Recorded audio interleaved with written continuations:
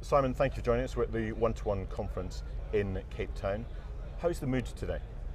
The mood seems to be pretty positive. It's it's been a tough time in the junior mining space, but I think there's a lot of positive sentiment despite some of the events in China. I think overall people are starting to feel that things are turning and we're going to see better markets as we move through the year.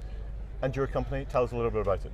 Jervois Mining, it's a multi-jurisdictional battery player looking to be a key supplier in battery minerals.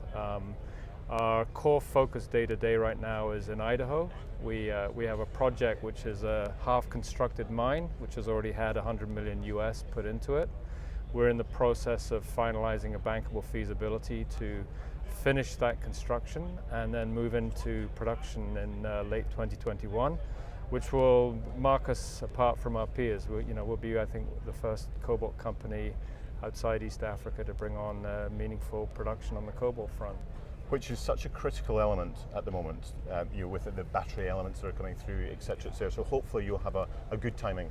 Yeah, I mean, I think we've seen the commodity prices fall a lot in the last couple of years, whether it's lithium, cobalt, graphite, some of the other minerals involved. But I also think we're at that stage where people are seeing electric vehicles more and more to the fore. There's, a couple of years ago you had a couple of choices, and certainly in North America, either a Chevy Bolt or a Tesla.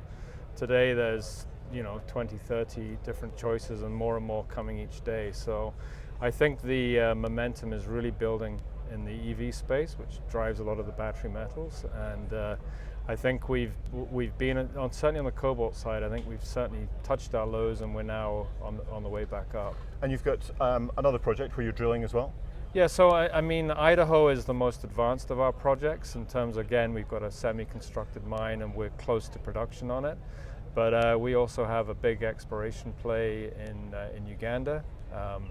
We really like Uganda. It's the same geology as the DRC, but without a lot of what we perceive the political issues in the DRC. And we've done a lot of exploration, and we're now in the drilling phase, and we're starting to find some really interesting stuff and refine where we're drilling. So we're excited about that as well.